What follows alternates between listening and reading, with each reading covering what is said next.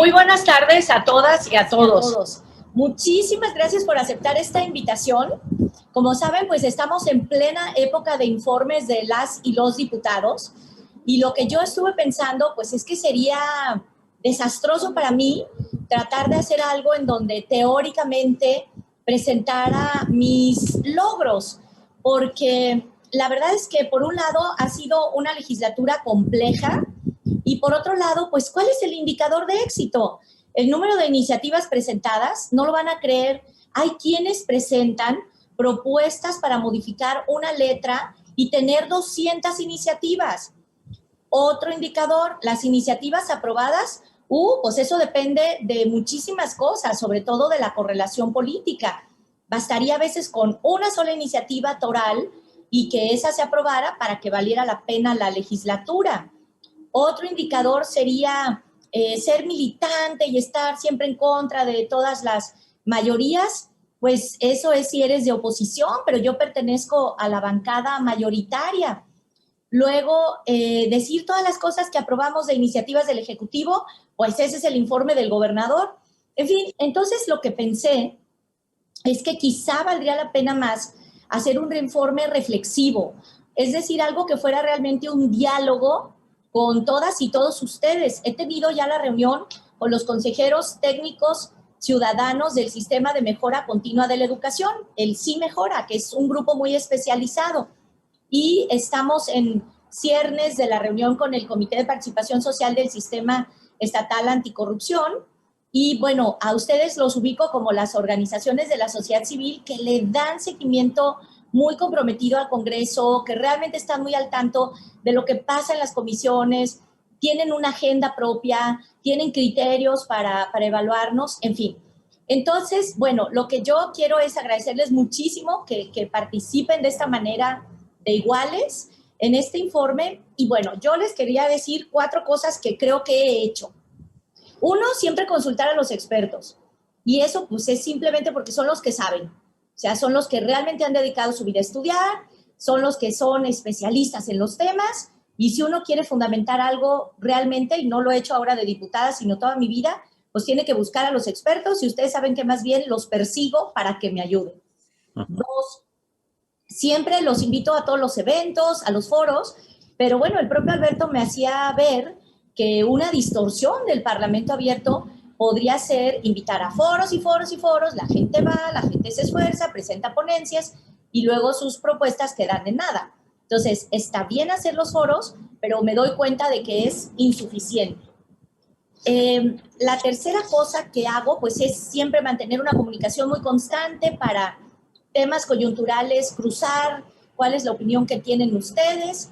Como saben, pues me comprometí mucho en la defensa del Comité de Participación Social en el debate de los consejeros de la Judicatura, con preocupación de que estaba en contra, digamos, del espíritu mayoritario del Pleno, pero yo dije, no, no es una cosa además contra un sujeto, es una cosa en contra de la participación ciudadana. Se les quiere dar el mensaje de que calladitos se ven más bonitos y de que si alzan la voz, entonces viene una andanada, porque realmente, como saben, se ordenó una investigación, se quería que se separara del puesto, y yo decía, bueno, puede uno estar de acuerdo o no con los personajes, pero para eso elegimos a esos organismos ciudadanos, pues para que sean incómodos, para que sean rebeldes, para que se opongan a las cosas que a todas luces hicimos mal.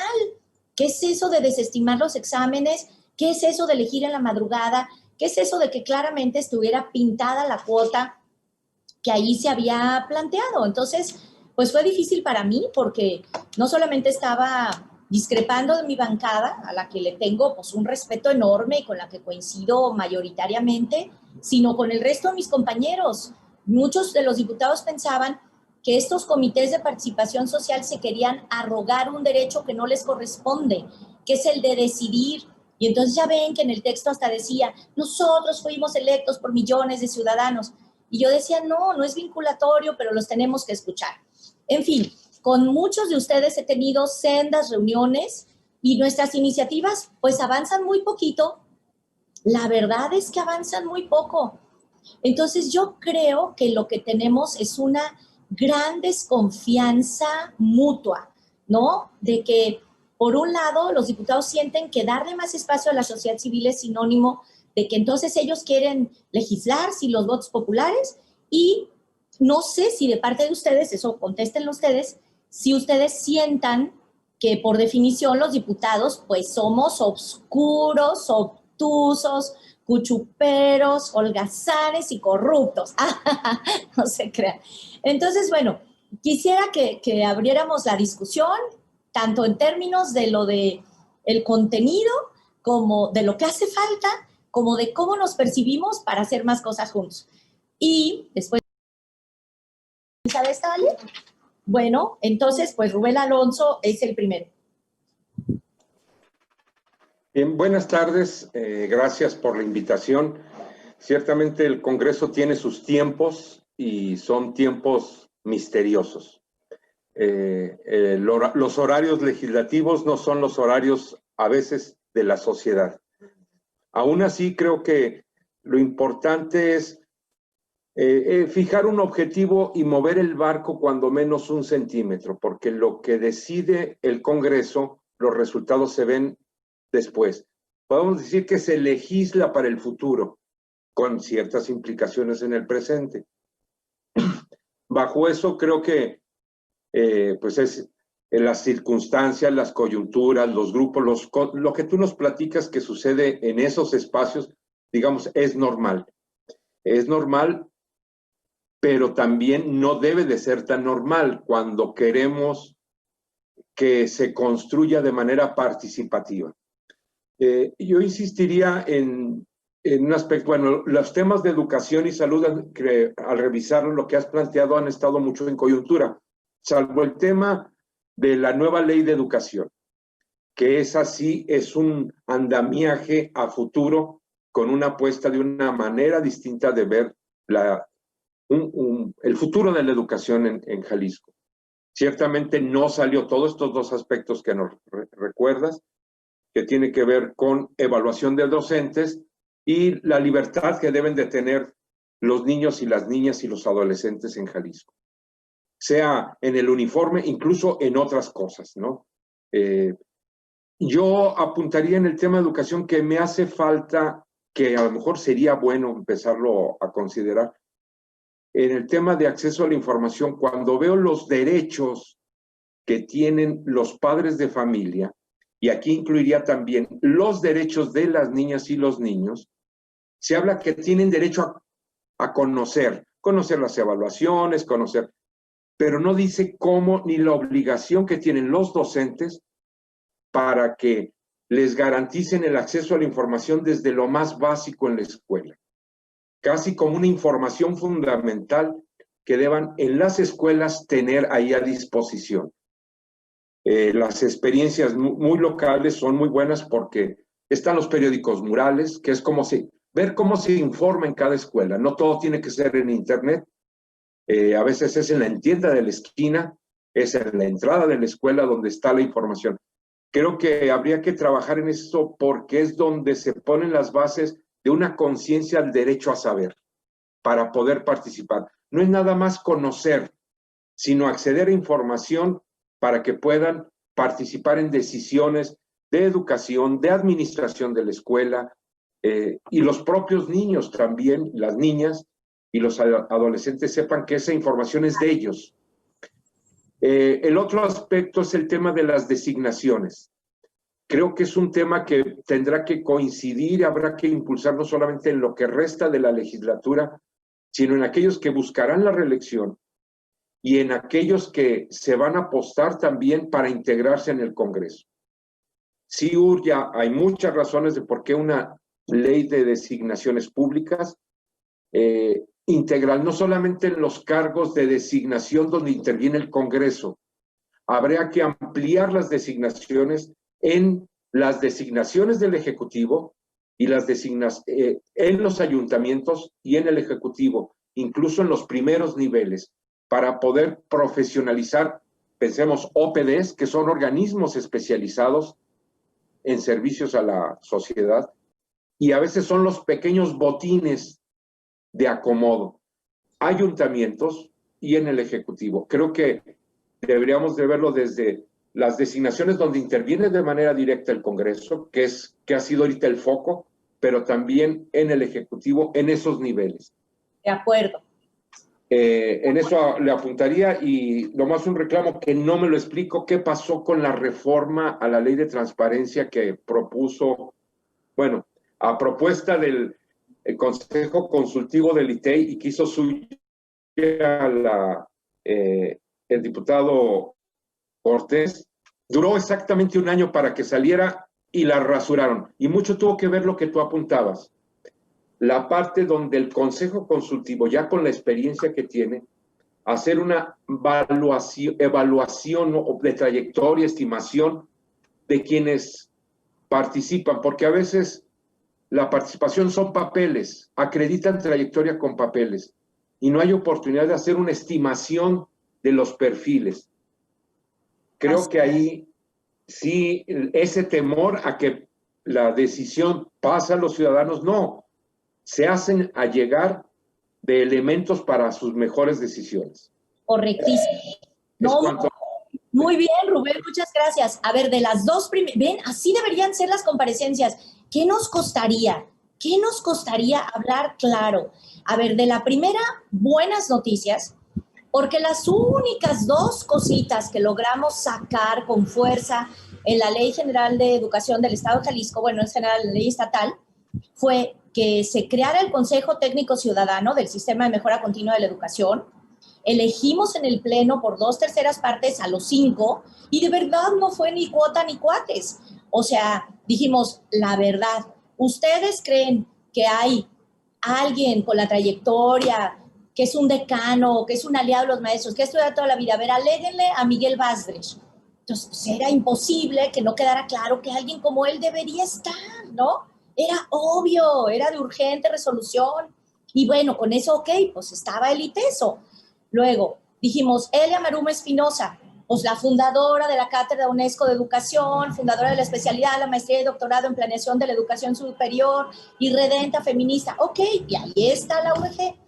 Paulina Hernández, pues es la que está junto con María en Jalisco Educado permanentemente, tiene relación con Coparmex, representa a Mexicanos Primero. Pensamos que eso podría ser un debate porque hay sectores que todavía controvierten contra Mexicanos Primero, pero Paulina, o sea, Paulina es una mujer sumamente educada, sumamente preparada, todo el mundo sabe lo tenaz que es.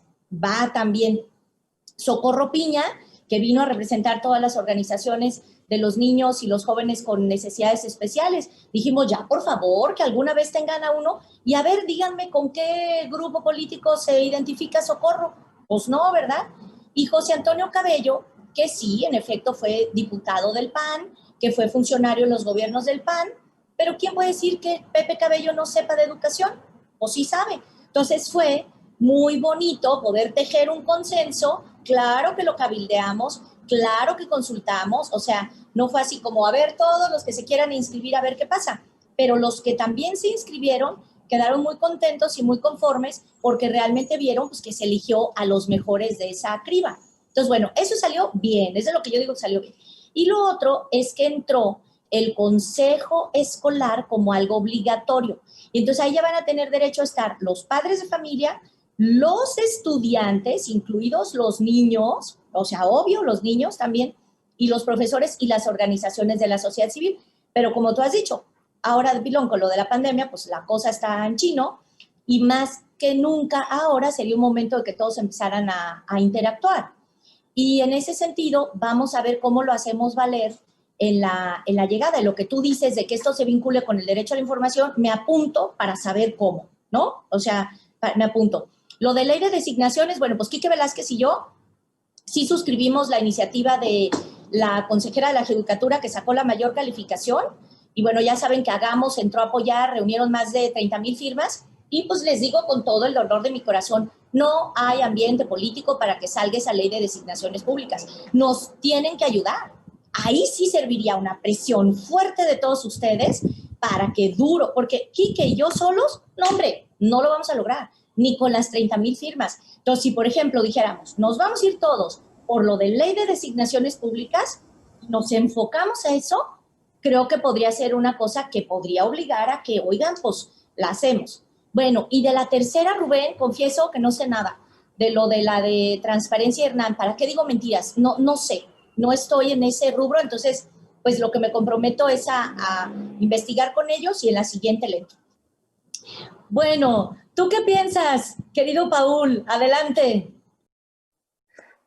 Muchas gracias, diputada Mara. Agradezco muchísimo este tipo de espacios y celebro la verdad que se den en este formato porque me parece que es bien importante que tengamos esta comunicación directa con nuestros legisladores y bueno, aprovechando también que tienes ahorita el cargo de la mesa directiva del Congreso, pues me gustaría también extender mis comentarios respecto a la función misma del Parlamento, porque creo que más allá del trabajo individual que tienen las y los diputados, creo que también hay eh, creo que una gran deuda que tiene el Poder Legislativo en diversos temas. Y algo que tú planteaste muy interesante al inicio de esta conversación, cuando hablaste sobre el tema de la dependencia del tiempo, pues creo que en muchas ocasiones en esta dependencia del tiempo, tendríamos que preguntarnos, pues, de quién depende,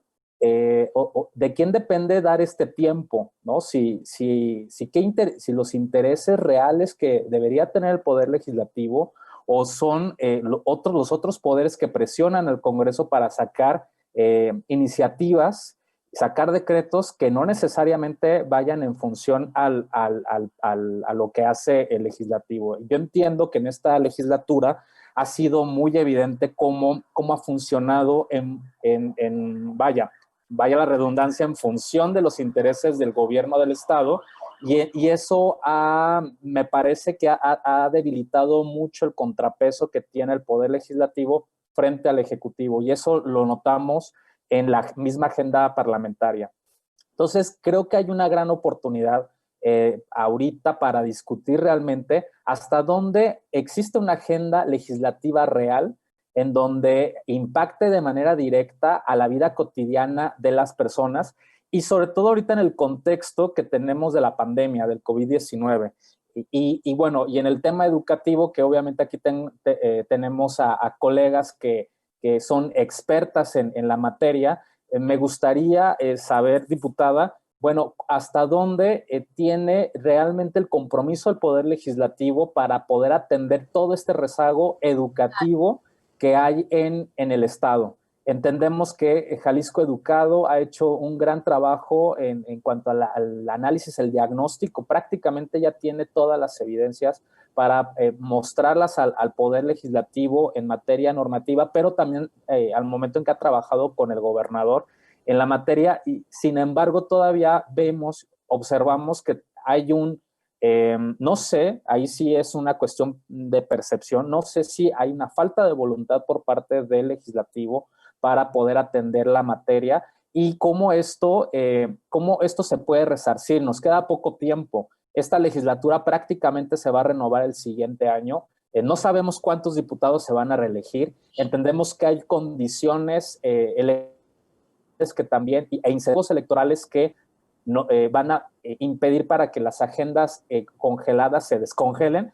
Vaya, son muchas preguntas y solamente quisiera dejarlo en el tema de la pandemia, cómo van a tomar en cuenta las necesidades de los colectivos, particularmente en la educación. Muchísimas gracias. No, hombre, gracias a ti, Paul. Bueno, pues el primero, yo lo he dicho en la tribuna, entonces ni modo que no lo diga aquí. O sea, estoy convencida, voy a repetir la misma frase, o sea, el Congreso del Estado no ocupa el lugar que le corresponde en la geometría política del Estado. Pero lo que yo creo es que no es culpa del Ejecutivo. Pues claro que no. Es culpa de los diputados y las diputadas que no hacemos valer nuestra representación popular. Alguien puede decir, a ver, tú, Mara Robles, ¿ganaste tu distrito, el distrito 3? No. Y por cierto, por poquito, ¿eh? Pero finalmente estoy en una lista. Esa lista, con todos los votos que obtuvo, ¿se la debes al nombre de Enrique Alfaro? Yo creo que sí. Para decirlo claramente, sí. Y bueno, ustedes saben, porque además es público y notorio, que le tengo un gran respeto intelectual al gobernador y no soy lisonjera ni nada, que le tengo además un enorme aprecio, me parece un hombre sumamente inteligente, me parece un hombre muy valiente y con una fuerza descomunal. O sea, yo lo vi en campaña y decías, ¡ouch! O sea, es un toro de Lidia, en el mejor sentido del término. De tal manera que yo digo, sí, mi banca es DMC, pero si yo renuncio a decir lo que pienso, y si yo renuncio a mis causas, y si yo renuncio a mis principios, y si yo renuncio a expresar mi opinión, pues entonces estoy traicionando no solamente a quienes hicimos campaña, sino a la gente. O sea, a mí no me invitaron porque representara, no sé, vamos a poner un ejemplo gringo para que no se parezca a nada de aquí, pues no soy la cabildera de Marlboro. O sea, en todo caso, a mí me invitaron precisamente porque sabían que tenía una historia de causas. Entonces, si yo las dejo de defender, bueno, pues entonces me estoy traicionando a mí misma. Y así cada diputado, les juro que la mayoría de los diputados son trabajadores y tienen una causa. Les podría decir persona por persona. Ustedes los conocen tanto como yo. Pero se genera como una circunstancia en la que si eres del grupo mayoritario sientes que discrepar o que proponer otras cosas que no están en la agenda es como traicionar, como no ser disciplinado. Y entonces se considera que ser de la bancada mayoritaria quiere decir apoyar solo lo que viene del Ejecutivo. Y al revés, si discrepas, que pues a mí me ha tocado hacerlo varias veces y pues claro que me da preocupación, ¿ustedes creen que no? Entonces se dice, solo son buenos los diputados de oposición. No, pues ¿cómo va a ser? Entonces es complejo. Y yo lo que digo es que los diputados y las diputadas, pues deberíamos de ser un poco más libres, un poco más, y también cabildear más. Entonces ir a tocar la puerta y decir, oigan, esto yo sí lo quiero impulsar, ¿y ustedes por qué dicen que no? Y no aceptar nada más un no categórico. No, pues ir, insistir. Y la verdad es que a mí me apena porque yo me tardé más de 1 año y medio con esta posibilidad de decir, no, voy a insistir. O sea, para mí ha sido un aprendizaje también de este espíritu de cuerpo, como de esta disciplina de sí, hay que arropar a nuestro gobierno. Y muchas de las cosas que he votado del gobierno las sostengo y las apoyo, porque son correctas. La creación de los gabinetes fue un gran acierto. Eso estuvo muy bien. ¿Quién puede alegar la gestión de la pandemia? Pues los resultados están a la vista. Entonces, bueno, yo creo que tenemos que romper un poco esa idea binaria de que o eres seguidista o eres opositor. O sea, tenemos que ser más parlamento, ¿no? Entonces, pues ahí también ustedes nos tienen ahí como que echar un poco de porras. Bueno, y la otra de lo educativo, pues sí, eso fue lo más doloroso para mí. Si yo acepté ser diputada, precisamente es porque sabía que teníamos todas las condiciones para tener la mejor ley de educación del estado de Jalisco y trabajé con muchos de ustedes. O sea, visitamos la UDG, el ITESO, la UNIVA, la Panamericana, el CIESAS, el Colegio de Jalisco. Trajimos de México a Silvia Schmelkes, a David Calderón, a Blanca Heredia, vino Alma Maldonado, Patricia Vázquez. O sea, teníamos todo. Todos los de Jalisco Educado presentaron propuestas puntuales y pues no pasaron. Y no pasaron sobre todo por lo que les digo, por el temor de que se alborotara la gallera. No puede ser. O sea, tendríamos que haber confiado más en los maestros. ¿Y saben qué onda? Que sí hay algo que estuvo mal de mi parte. Que el diálogo fue muy privilegiado con toda esta, para decirlo con toda claridad, pues con toda esta élite de expertos y de organizaciones de la sociedad civil. Y pues la verdad es que tendríamos que haber bajado más a los maestros. Y eso no lo hicimos. Y entonces, pues tendríamos que habernos arriesgado. Entonces está complicado, Paul. Y si tú me dices si va a haber condiciones de aquí al final de la legislatura, pues ya va a estar bien difícil porque todo mundo va a estar cuidando que no se le descomponga el cuadro electoral. Aquí hay 2 colegas, que no voy a decir sus nombres para guardar nuestra secrecía, que estábamos muy empeñados en el proyecto de la refundación. O sea, que justamente veíamos en el asunto del constituyente esa oportunidad de cambiar las cosas desde la raíz. Y claro, pues yo veo con preocupación de que quizá ya no estamos a tiempo. Entonces sí es un problema. Y claro, es terrible porque entonces otra vez las elecciones van a ser la promesa. no sé qué le vamos a hacer, pero realmente así lo veo, ¿eh? O sea, Paul, la veo difícil y me duele el alma. Pero eso es como realmente creo que está la cosa. Bueno, a ver, sigue. Pues ahora sí, Alberto Gallardo. A ver, Alberto, que tú sabes todo sobre nosotros. Pues tanto como todo, no. Digo, sí, comienzo, digo, el tema de la evaluación siempre es un asunto complejo. Siempre les digo que no es la mejor manera de hacerse de amistades. Incluso entre quienes nos dedicamos a la evaluación hay un chiste que dice que el infierno nació en el 8º día de la creación, porque en el 7º día Dios descansó porque vio que todo era muy bueno, y entonces se le acercó un arcángel y le dijo: ¿y cómo sabes que todo lo que has hecho es muy bueno? ¿De dónde sacas los criterios y en qué datos te estás basando, no? Además, ¿qué resultados querías obtener? Y sobre todo, a ver, no estás muy involucrado personalmente como para poder hacer un juicio objetivo. Y entonces, pues Dios se la pasó todo el 7º día, el día de su descanso, pensando en la respuesta, y en el 8º día dijo: ¿sabes qué, Lucifer? Vete al infierno. Entonces, bueno, pues así nació la evaluación. Es decir, y ese es el problema. Cuando nos dedicamos a la evaluación, como tú decías, pues puede ser, luego causa mucha desconfianza, incluso en las personas evaluadas, y esto lo acabas también de comentar. Por algo no se quiso aceptar el término de la evaluación de los docentes en la nueva ley de educación de Jalisco, porque pues además tenemos en México tenemos una muy mala cultura de la evaluación. Es decir, en vez de que sea un tema de mejora continua, pues la evaluación se ha utilizado más bien para, pues, despedir gente. Ese es el hecho. Entonces, creo que sí es importante estar recuperando y reconstruyendo esta cultura de la evaluación, y, como decía, pues enfocarla más a esto de la mejora continua. Sí creo, y bueno, a partir de mi experiencia, ya llevamos 13 años dándole seguimiento al Congreso, que hay muchas cosas en las que esta legislatura sí ha retrocedido. O sea, definitivamente eso hay que decirlo. Es decir, había muchas cuestiones que se había logrado avanzar, de apertura, de diálogo con la sociedad, y de repente parecería como que ha habido un retroceso, que tú misma lo comentabas, como un miedo a dejar que la ciudadanía intervenga, ayude, colabore, cuando pues la tendencia en otras partes es precisamente es la apertura. Y como, bueno, y no en otras partes, las mismas, las 2 legislaturas anteriores, esa había sido su tónica, de ir abriendo espacios, y que eso había favorecido pues que se construyera más legitimidad en torno a lo que se estaba regulando. Digo, la actual ley de transparencia que tenemos pues fue fruto de eso. Digo, no fue algo terso, eso también hay que decirlo, pero digamos que el hecho de que tengamos una ley de transparencia de avanzada en el país fue gracias a que gente como AMEDI, como Sintra y otras organizaciones que saben del tema, pues metieron mano en la legislación y dijeron: miren, así y así es como se tiene que hacer, y eso pues nos puso a la vanguardia.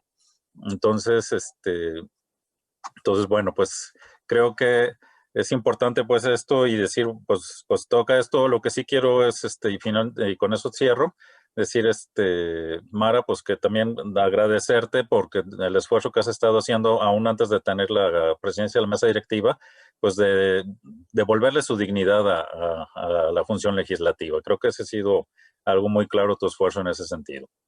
Gracias. Ay, Alberto, pues muchas gracias. La verdad es que nos quedamos brutalmente cortos, pero muchas gracias. Augusto Chacón, que también, bueno, referente total.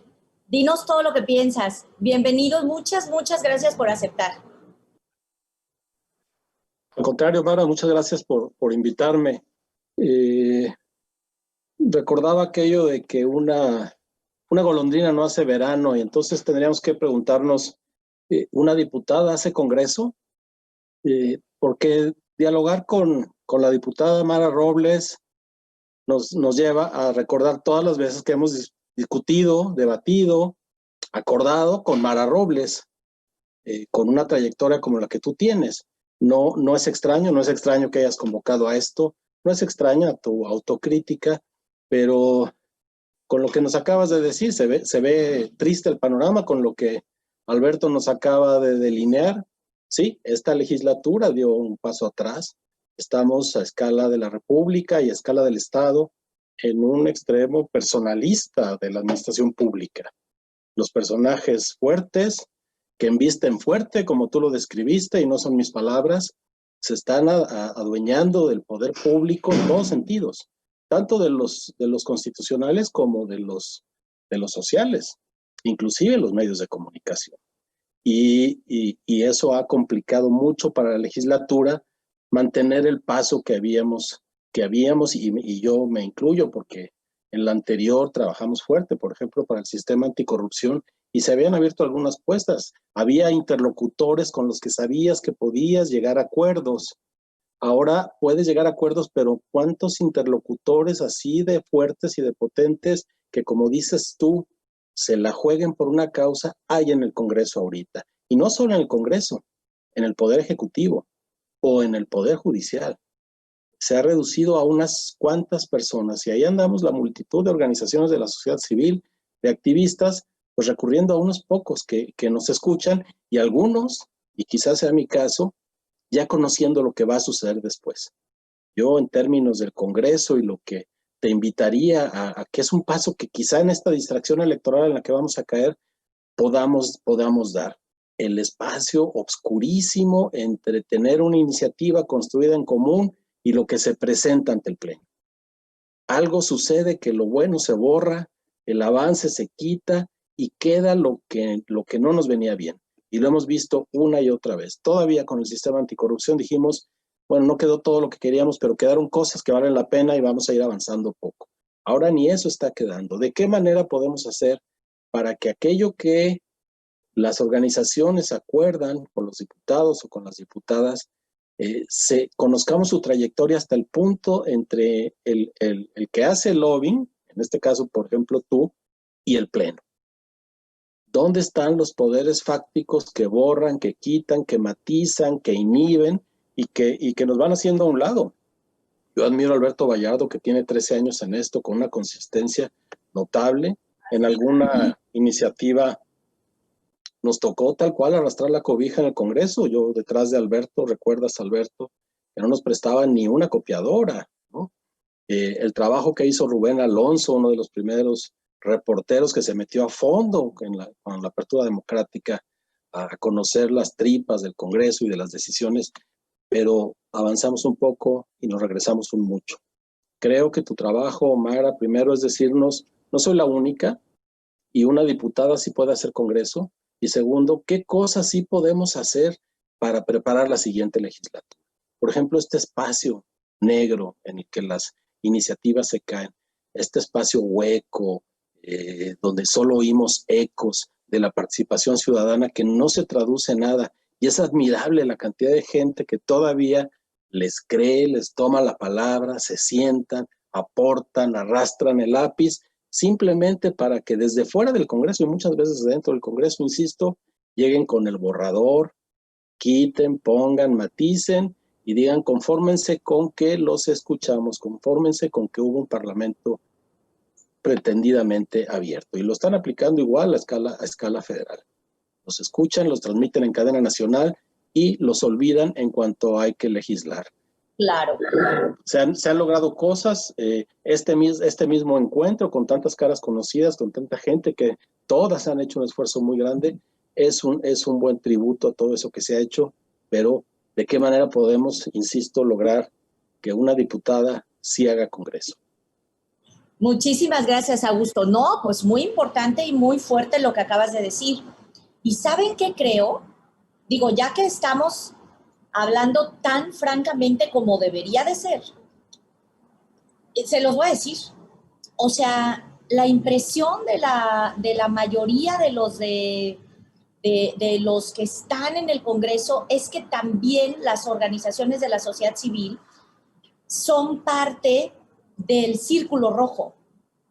Entonces, lo que tienen la impresión es de que fulano representa a quién, fulano representa acá, y es lo que yo alego y les digo, no, a ver, creo que es muy buen ejemplo el de Socorro Piña. A ver, díganme qué grupo político representa Socorro, o representa el de los ciegos, el de los sordos, el de los mudos, el de los que tuvieron polio, el de los de Asperger, el de los que tuvieron, pues esas cosas, de las que todos tenemos bastante, sino que somos muy soberbios y entonces creemos que incluso nuestra discapacidad visual pues, ya es hasta un adorno, ¿no? Y yo creo, Augusto, que ¿sabes qué nos faltan? Se va a oír tremendo. Creo que nos faltan masas. O sea, creo que justamente la socialdemocracia, e incluyo en ello la democracia cristiana, o sea, este abanico amplio, plural, democrático, para ponerlo un poco en términos de Javier Orendain, este universo de los buenos, si se pudiera decir de una manera muy generosa, digamos, de la gente que no es nazi, de la gente que no es fascista, de la gente que no es asesina, de la gente que no está en la delincuencia organizada, digamos, como ese espectro más o menos amplio y que puede tener muchos errores, pero que digamos que no está de la mano de plano de la muerte, ¿no? Yo creo que nos equivocamos en que hicimos, voy a decir, es la primera vez que digo en público este término, creo que hicimos políticas públicas boutique. O sea, política pública basada en evidencia, usamos los datos de Coneval, usamos los datos del Instituto Nacional de Nutrición, del Instituto Nacional de Salud Pública, los mejores datos de los observatorios legislativos y de las ONGs muy importantes, de los think tanks internacionales, ¿no? Pero no tenemos masa.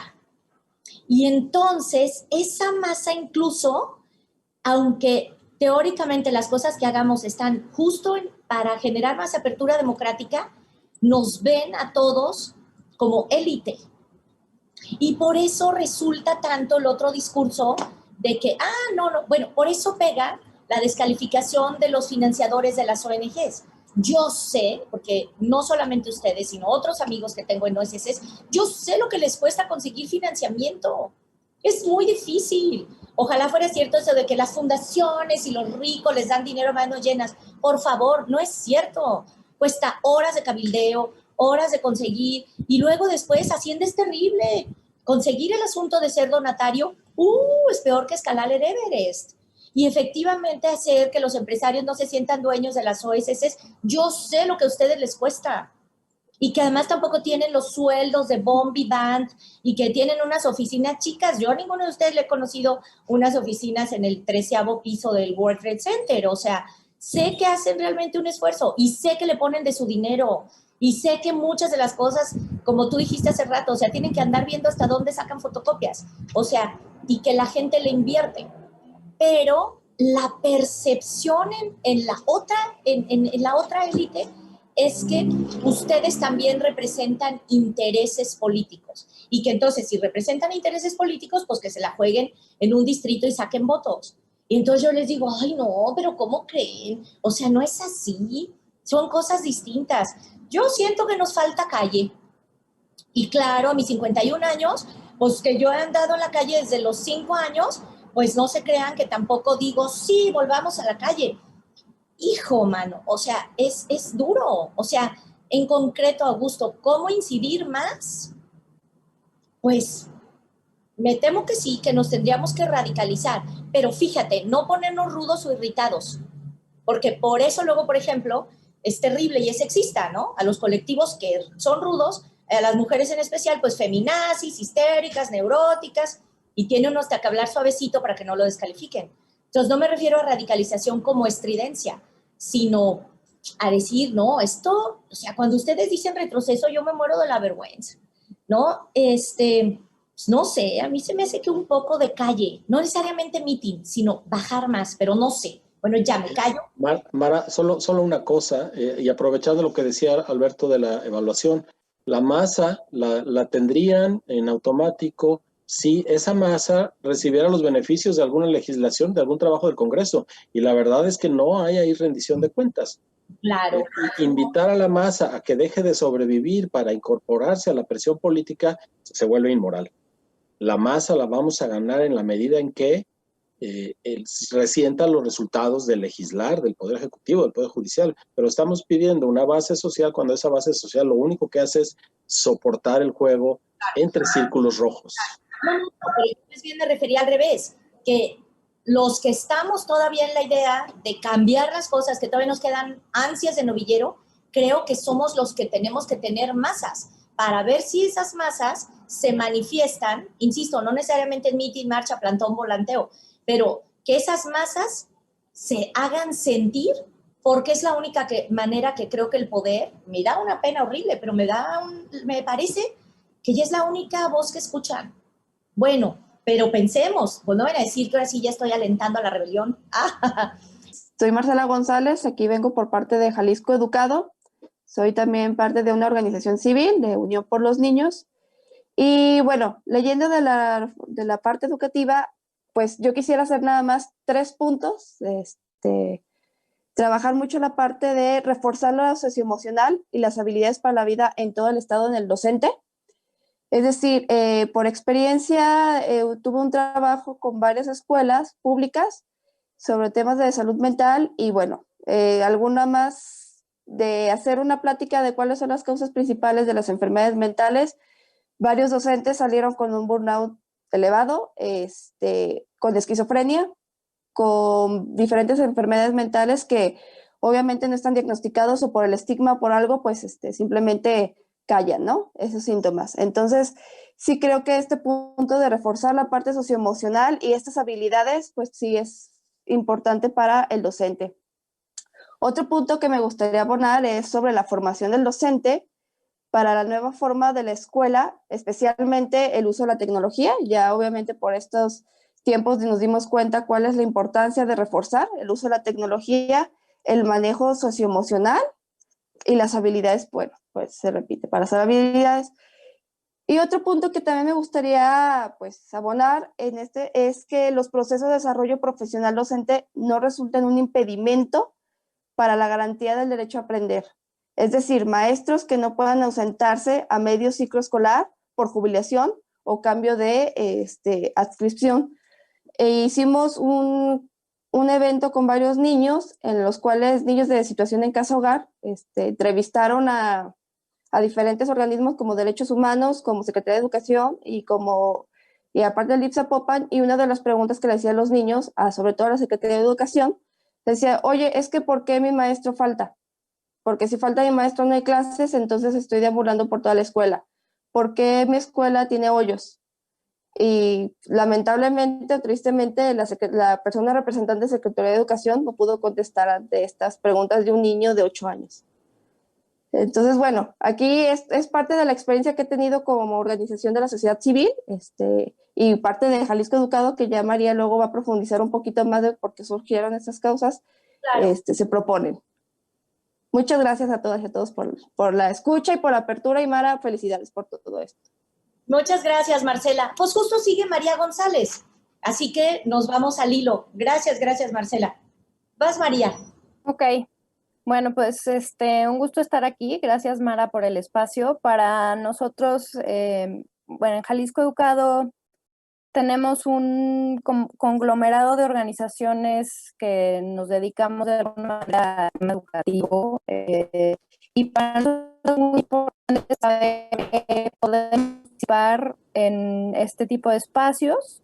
Vía Jalisco Educado hemos logrado como abrirle justo el espacio de organizaciones como Unión por los Niños, USUMA y muchas otras, a todas las organizaciones que son más chiquitas y que no siempre tienen el chance de estar en este tipo de espacios. Entonces para nosotros es súper importante. Y vamos a hablar un poco de cómo fue nuestra experiencia de participar específicamente en el proceso de administración de la Ley de Educación de Jalisco. Nosotros pusimos sobre la mesa varios temas, de los cuales nos dio mucho gusto ver que ganamos terreno participando en los foros que abrió Mara. Lo que se logró es que en la Ley de Educación de Jalisco hoy el tema de inclusión está empezando a transformarse para ser menos darle a todos los grupos vulnerables y más todos reforzar de la diversidad y sobre todo para el tema de eliminación de las barreras para el aprendizaje y la participación. también nos parece muy importante que se haya logrado el Consejo Técnico Ciudadano Participante en el Sistema de Mejora Continua nos está pendiente y para nosotros es importante que este Consejo Técnico sea vinculante porque de acuerdo a la ley podemos hacer recomendaciones, observaciones y tenemos un espacio institucional de participación que es muy entonces nos parece importante que sea, ¿no? Y que tenga un congreso. Y bueno, un poco más, la educación responde a las transformaciones aceleradas que ha sufrido la educación en los tiempos de pandemia. Bueno, lo que decíamos, nos urge que la ley de el marco legislativo y refuerce a crear mejores mecanismos de los niños y jóvenes en la escuela, porque ellos y su derecho a aprender está en el centro, sobre todo a la luz de las poblaciones tradicionalmente cuestiones de exclusión, queda en condiciones aún más vulnerables por el tema de la brecha tecnológica, ¿no? Entonces el tema de trabajar la tecnología e incorporarla a los marcos normativos en este nuevo esquema de cómo es y va a ser la escuela de ahora en adelante es súper importante, ¿no? Entonces, esos son solo algunos de los temas porque mis compañeras traen el resto, ¿no? Marce y Heidi. Gracias a todas y a todos. Muy bien, gracias María. Bueno, pues sí, seguimos con el orden alfabético y entonces le tocaría a Sandra Martínez, presidenta del Consejo Consultivo del ITEI. Gracias Sandra, bienvenida. Hola, buenas tardes a todos y a todas. Me uno al agradecimiento a la diputada Mara y bueno, les saludo con mucho gusto también. Bueno, yo tengo varias cosas que señalar, sobre todo respecto a lo que creo que faltaría o que hay que empujar, ¿no? Todavía en esta legislatura, esperemos que así sea. Y yo me sumo también a la propuesta y a la reflexión de Augusto de, pues, hagamos algo, ¿no? Estamos aquí también para eso y creo que muchas y muchos de nosotros sí trabajamos con la población directamente afectada de la política pública y de la ausencia de las políticas públicas sobre todo. Entonces, creo que fácilmente podemos estar en contacto y acercarles, ¿no? a los espacios de deliberación legislativa a las personas, ¿no? Para que esta idea sospechosa de que también nosotras y nosotros representamos intereses tenga menos cabida, ¿no? en los imaginarios. Entonces, bueno, quiero comenzar justo hablando de la ley, ¿no? Esta ley que es sin duda innovadora en el Estado. A mí me queda un poco la deuda de mencionar específicamente la multiculturalidad que representan las diferentes poblaciones en movilidad que tenemos ya en el Estado. A personas migrantes, tanto retornadas como personas ya con la condición de refugiadas, ¿no? Las personas transmigrantes, es decir, el Estado se ha convertido en un punto en donde convergen muchísimas poblaciones en movilidad y esto impacta de manera muy importante, de verdad, en los espacios educativos, en los espacios formativos y, bueno, las personas que nos hemos dedicado a darle seguimiento al tema, tenemos muchas propuestas al respecto y hablando además de que Jalisco, pues evidentemente, y lo saben, es un estado migrante. Fue de las primeras entidades en el país que tuvieron personas migrantes. Y en ese sentido sí voy a sumarme a la herida del retroceso cuando esta legislatura desapareció la Comisión de Asuntos Migratorios. Sí. No tenemos comisión donde se estén deliberando temas al respecto, por desgracia, y eso sí, también a quienes hemos acompañado los procesos nos ha parecido, pues, no sé, negar, ¿no? Negar totalmente una realidad que además está presente en las historias y en las vidas de la mayoría de la población en la que estamos, y tú lo sabes al haber sido rectora del Centro Universitario de Los Altos, ¿no? Que eso es algo que atraviesa todos los temas, además, ¿no? Absolutamente. Entonces, bueno, esa cosa específica respecto a la ley, creo que faltaría expresamente, ¿no? Poner una vocación de multiculturalidad también respecto a las poblaciones en movilidad, e incluso hacer contenidos respecto a las migraciones, las causas, ¿no? Para también contribuir a la no estigmatización de estas poblaciones, y que desde la educación básica y se pueda, ¿no? También derribar estos estereotipos respecto a este tipo de poblaciones. En el otro sentido también, bueno, creo que estaremos de acuerdo en que habría que, ¿no? que impulsar más los mecanismos, sobre todo de discusión de presupuesto, ¿no? Que creo que es algo que también hemos señalado en muchas ocasiones. Ejercicios desde la ciudadanía, como nuestro presupuesto, ¿no? Mismo Tómala, que se ha sumado también a otras iniciativas. Hay muchísimas cosas ahí que creo que podrían alimentar la discusión y un ejercicio real de parlamento abierto. Y finalmente, ya no voy a repetir lo otro que tenía, que ya lo han dicho las anteriores participaciones. Finalmente, en el tema de género, y que yo sé que tú por muchos años también has abanderado la causa, pues impulsar, ¿no? Lo de la ley de paridad en todo, para que no nos pase lo que ahora con los lineamientos, ¿no? que aprobó el IEPC. Esa ley creo que está también ahí pendiente. Y bueno, que el Congreso también pueda ser ejemplo de tener protocolos para el acoso, para el hostigamiento sexual, ¿no? Que pudieran darle un seguimiento muy puntual a esos temas, la unidad de género, ¿no? Entonces, bueno, voy a dejarlo ahí, pero pues con el compromiso también de seguir trabajando, y que cuentas también con esta parte de colaboración. Muchas gracias, Sandra. Muchas gracias. A ver, yo pesco al vuelo 3 cosas. Fíjense que yo creo que sí fue un error fusionar tantas comisiones. O sea, la mía, que era educación, cultura y deporte, que los 3 temas me interesan muchísimo y tal, no he llegado a lo de deporte. Salvo las cosas pequeñas que cruzan lo de activación física con esto de educación para la vida, no he llegado. Yo estoy en deuda absoluta con el tema de lo de deporte. Y con lo de cultura, apenitas. Pero apenitas. Entonces, claro, al fusionarse las comisiones con el pretexto de la austeridad, pero fíjense, porque está vinculado a algo perverso. O sea, las comisiones, esto es público, pero lo voy a decir.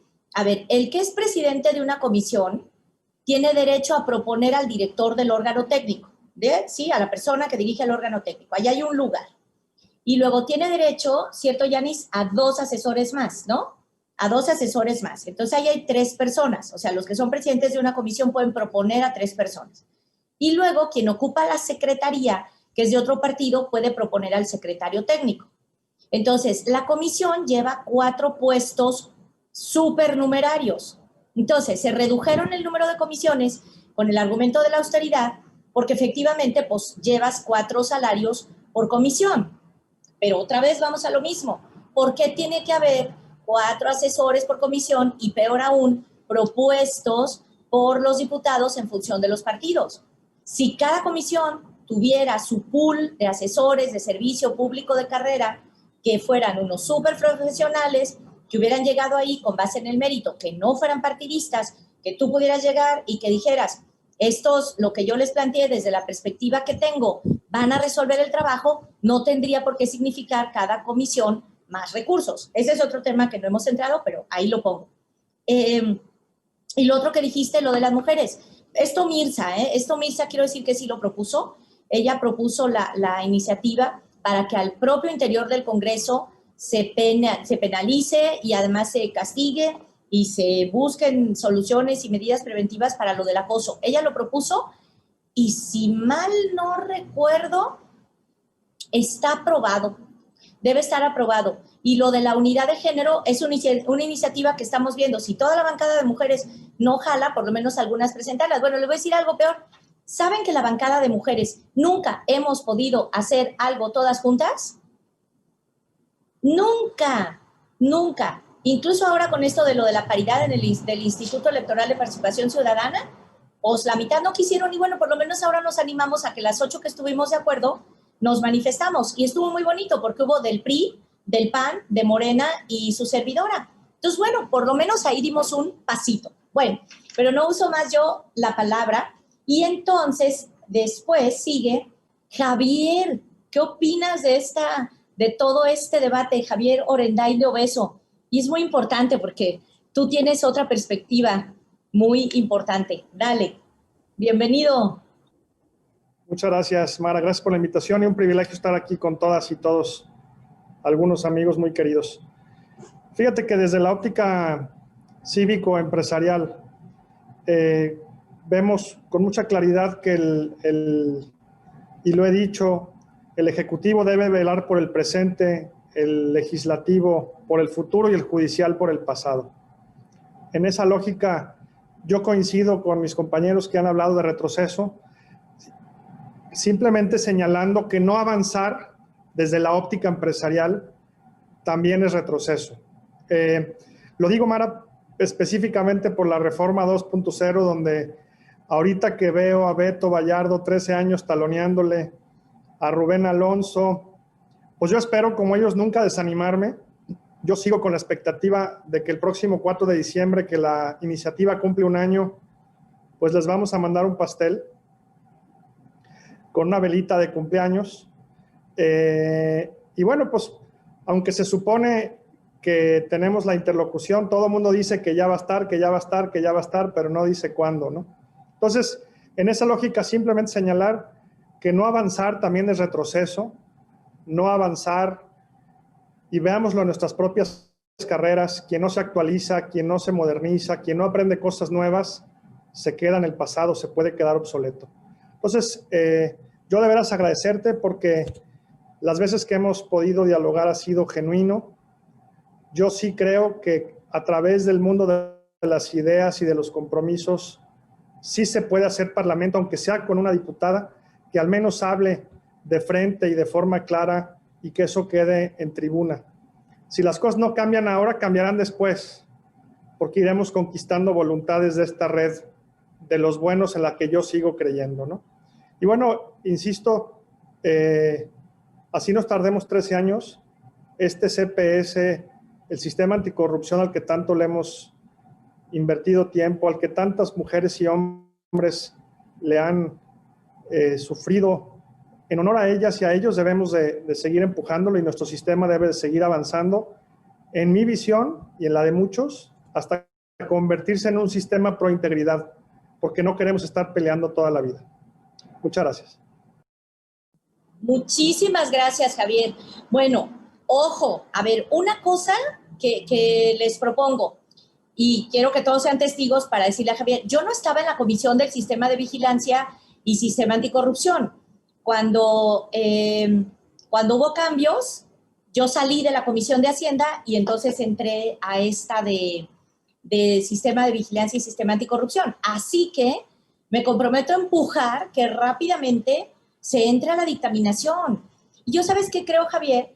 Que lo que hay que ir pensando es que la reforma integral que ustedes propusieron fue muy amplia, abarca muchísimas leyes. Entonces, digamos que el argumento, no creo sinceramente que el pretexto, pero el argumento es que, pues es que es una recomposición de todo el andamiaje jurídico del Estado. Te digo una cosa, junto con el pastel y la velita podríamos ir diciendo, está bien, no todo, pero ¿qué tal que empezamos por 1, 2, 3? O sea, que el colectivo diga, nosotros le proponemos empezar por estos 3, pero si los diputados no quieren, por los que quieran, digan ustedes otros 3. y a lo mejor aceptar que no sea todo el paquete marinero, que es amplio y complejo, y decir, pero algo. Y en ese sentido, ojo, si a lo mejor todos nos clavamos en lo de ley de designaciones públicas o lo que decidamos, la que quieran, yo creo que eso es clave. Hay un montón que son clave, pero si decidimos uno solo, y entonces ya no puede haber el argumento de que es demasiado, ¿no? Y esto les digo una cosa, ya por favor, miren, vean su calendario. O sea, ahora que estoy en la presidencia de la mesa directiva, fíjense bien, queda el lunes 30, esa semana es un pequeño interregno, ¿sí? En esa nos deberíamos de clavar, porque la siguiente se pretende aprobar el presupuesto. La idea es que el presupuesto se apruebe el 11, ojo. Y la que sigue, la del el día 15 de diciembre, son las designaciones, o está planeado que sean las designaciones. Entonces ya se fue este año. Entonces, si nosotros no logramos poner una bandera en la luna urgentemente para revivir la reforma 2.0 con algunos temas clave, se nos fue. Y entonces van a decir que como en lo de la educativa, ya vino la elección y que ya no hay manera. Entonces, yo sí creo que si nos ponemos listos, algo, aunque sea algo de lo que está ahí, lo podríamos sacar. ¿De acuerdo? Entonces, y fíjense, esta no es ninguna conspiración secreta, lo estoy diciendo aquí absolutamente en público. Pensémoslo, ¿no? Eso también, focalizar, puede ayudar. Focalizar. Bueno, ay, muchas gracias. María, a ti, como decía la abuela sabia, si no tienes pesos, da pasos. Exactamente. Ah, no, pues nosotros puros pasos. Bueno, oigan un favor enorme. Heidi, que es la última, porque pues es Carlín, tiene que irse. María, ¿tú tendrías 5 minutitos más para que Heidi hablara antes que tú? ¿Puedes? Ay, muchas gracias, María, qué amable. Problema. Qué linda, muchas gracias. Pues Heidi, ándale, no te nos vayas a ir sin hablar, porque contigo también hemos vivido un proceso duro. Sí. Pues bueno, de verdad agradecerte siempre tu transparencia. De verdad que eres una bocanada de agua fresca y de aire fresco y de muchos elementos frescos. El poder hablar con esta transparencia en estos temas. A mí, y en este momento me toca representar desde Jalisco Educado, pero a la parte de escuelas privadas. Y hay una parte que me une a lo que dice Javier, que tiene que ver con que podamos tener condiciones diferenciadas. Hablamos en algún momento de poder encontrar legislativamente una posibilidad que nos haga ver como parte del ecosistema educativo y de ese valor, pero desde una diferenciación en donde se pueda, pegado también al tema de las CAP, hacerlo operativo y permitir que las escuelas particulares puedan tener maneras de operar distintas, siendo que son distintas desde su sostenimiento y desde las necesidades a las que van respondiendo. Sin duda es la educación y el acompañamiento de los niños y niñas, ¿no? Pero va mucho más allá que lo que están pudiendo llegar las escuelas públicas. Ahora, si no se legisla y se da esta posibilidad a las escuelas privadas, lo que sucede es que como Estado y como país nos vamos a seguir quedando obsoletos, porque la escuela privada es la que va a poder ir haciendo punta de lanza, ¿no? Para abrir nuevos caminos y hacer realmente un proceso de educación integral, probar nuevas metodologías de evaluación. Pienso que hay una salida a todo esto si se pudiese dar esta libertad con las regulaciones y acompañamientos que fuera necesario, pero una legislación específica para las escuelas privadas haciendo ver que tienen una particularidad. Esa es la parte por la que me gustaría poner sobre la mesa la posibilidad de que se encontráramos. Probablemente dentro de toda esta turbulencia no sea ni lo más sexy ni lo más primordial, pero no quiero dejar de decirlo porque sí me parece que pudiera ser también para el Estado algo muy valioso, ¿no? El dar esta posibilidad de... Y bueno, nada más cerrando, la participación de Jalisco Educado, pues esto, hacer ver que somos una aglutinación de muchas instituciones y de muchos organismos que nos dedicamos y tenemos como interés principal el que los niños, las niñas, los jóvenes de Jalisco puedan ser acompañados de la manera adecuada en el proceso educativo y vamos representando a diferentes asociaciones. En mi caso, me toca aquí representar a la red de colegios particulares y a la Asociación Jalisciense de Instituciones de Educación Media Superior. Muchas gracias, Heidi. Yo de todos ustedes he aprendido mucho, pero quiero rescatar algo que fue muy emocionante que aprendí de Heidi. cuando estamos en la mesa de educación de la pandemia, entonces había un poco esto que les digo de las grandes desconfianzas. No, es que los colegios particulares quieren abrir ya porque lo que pasa es que son voraces con el dinero y no quieren tener pérdidas, ¿no? Entonces, bien que a los bares y a los restaurantes se les comprende, pero a las escuelas no. Ahí ellos tenían que ser absolutamente samaritanos. Y entonces Heidi dijo una frase preciosa. Dijo, es que tienen que entender que las escuelas particulares, las escuelas privadas, somos parte de un servicio social.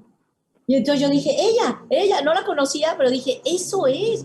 Pues es que también es un servicio social.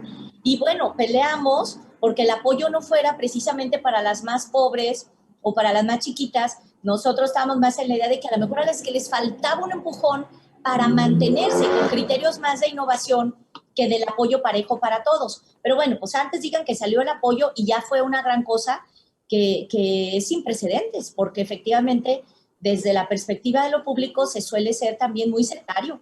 Y eso quiere decir que luego a todo lo privado se le ve con malos ojos y es incorrecto. Pero bueno, ya no digo nada más. Gracias, Heidi. María Ramos, gracias por la paciencia. Adelante. No, pues yo me voy a desconectar porque tengo otra reunión, lo siento. Sí, gracias, Alberto. Ya estamos por terminar, nos hemos pasado un poco del tiempo, pero ha sido muy rico y muy interesante. Gracias. Gracias. Dale, María. Sí, bueno, nos queda poco por decir.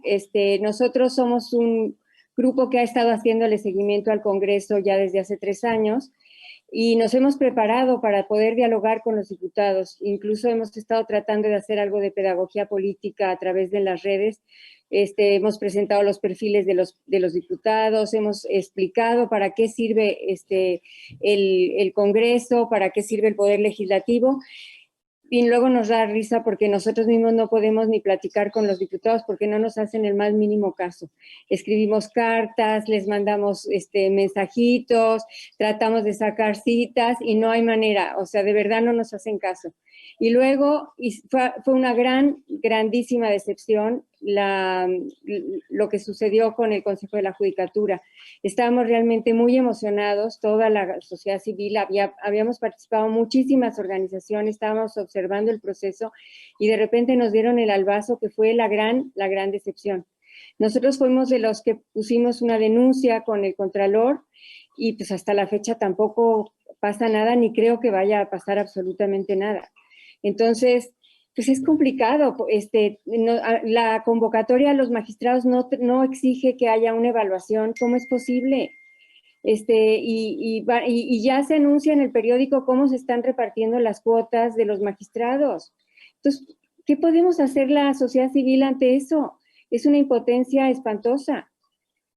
Digo, perdón que haga aquí un poco como de catarsis, pero eso es lo que nosotros hemos vivido como sociedad civil, pues también de nuestra parte con cierta generosidad, porque todos tenemos cosas que hacer y sin embargo le dedicamos mucho tiempo, dinero y esfuerzo para hacer nuestro papel como ciudadanos y pues no hemos tenido muchos resultados, desgraciadamente.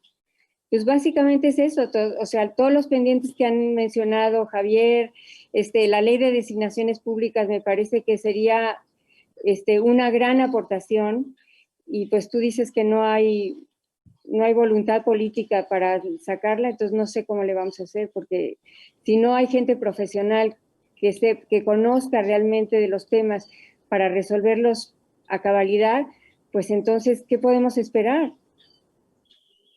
Pues, sí. Y bueno, agradecerte mucho, Mara, de verdad, este espacio es oro molido, ojalá lo tuviéramos con todos los diputados.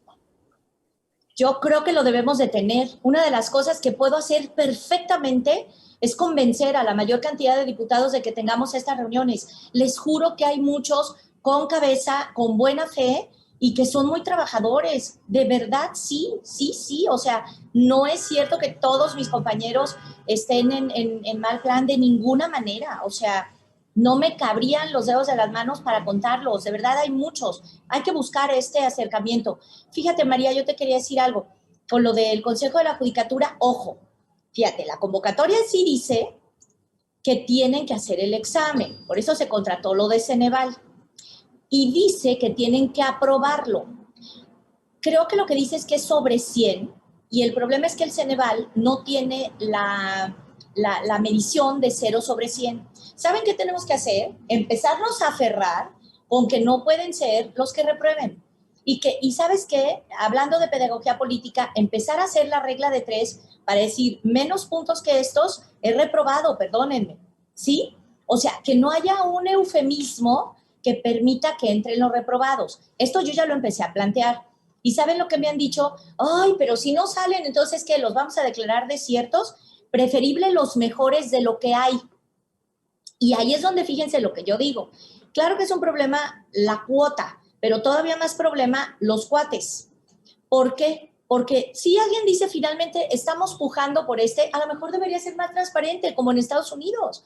O sea, ustedes saben, los jueces los proponen los partidos según le toca a los republicanos, le toca a los demócratas. Lo vimos ahora en el último cacho de Trump, ¿no? Cuando se murió la jueza esta maravillosa, súper feminista, progresista, y que todo el mundo, no, tendría que haber aguantado un poco, ¿no?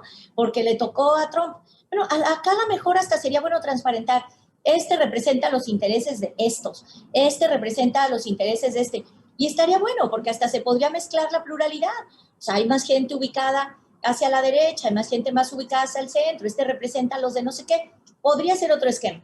Pero lo que no pueden hacer es presentar unos que no tengan el mínimo de conocimientos, el mínimo de probidad, y entonces eso obligaría incluso hasta si se transparenta quién lo sostiene, como para decirle, oye, pues chidos tus cuates, ¿verdad? O sea, ese es al que vas a proponer, ¿con qué criterio? Pero bueno, en concreto, esa convocatoria, no nos demos por vencidos. Ayúdenme, yo necesito que me ayuden a dos cosas. Esto de los horarios, que dijo Rubén Alonso, es fundamental. Que no se apruebe el presupuesto en la madrugada, que no se aprueben las designaciones en la madrugada, que sea a plena luz del día. Y esto, nos quedan muy pocos días para pujar a que se terminen los procedimientos y se lleguen los acuerdos para que se discuta de día. ¿A poco es mucho pedir simplemente que se discuta de día? Pero ustedes y yo sabemos que esas cosas de verdad pueden ser definitivas. O sea, tiene que ver con la posibilidad de la observación pública, tiene que ver con el cansancio, tiene que ver con cosas que no son simbólicas, son cosas de fondo. Entonces, lo podríamos intentar. Así que, María, no te desanimes, no cejemos. Yo también sufro y me desanimo, ¿eh? Cuando no salió todo lo de la ley de educación, yo dije, ¿qué hago aquí? ¿Qué hago aquí? O sea, tiene sentido. Y saben que los diputados deberían de ser como los ministros y los gabinetes, ¿se acuerdan, no? Que cuando alguien pierde el presupuesto, ya vieron Borgen, por cierto. O sea, sí. que quitan cuando no la hacen. Una serie muy buena. Es muy buena. Y los diputados también, si no sacamos la ley que nos propusimos, pues nos deberíamos de poder ir. En fin, bueno, pero yo propongo que no nos vayamos. No nos vayamos y resistamos.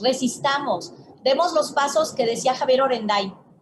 Oigan, pues muchísimas gracias por su tiempo, gracias por su interés, gracias por su bonomía y por concederme el beneficio de la duda. De verdad se los aprecio en el alma. Mara, una cosa más. La página del Congreso a mí se me hace muy difícil de manejar. Yo creo que exactamente, tendrían ya que revisar eso y que fuera mucho más accesible para nosotros, para el común de los mortales. En eso puedo poner realmente mi esfuerzo, porque esa es una de las cosas que ahorita la presidencia puede incidir. Y como es técnico, ni modo que me digan que la página no puede ser más manejable, por Dios, ¿no? Sí, me gusta mucho. Y bueno, conmigo no estoy sola. Aquí están Janet, Susana y Alejandra, que han trabajado muchísimo para estos encuentros y han estado tomando nota, no han parado de todas las propuestas. Así que me quedaron muchas tareas. Luego nos comunicamos por chat. Os vamos a colgar en mis redes el evento completo. Nada más vamos a tratar de rescatar tu audio, María. A ver cómo lo rescatamos. Lo vamos a colgar completito y bueno, hacer capsulitas y esto para que se puedan ver. Y pues muchas gracias por ayudarme a rendir cuentas. Me alegra mucho que no haya sido un informe de espejito. Muchas gracias. Gracias a todos y a todas. Felicidades. Gracias por la diferencia, Mara. Gracias. Muchas gracias.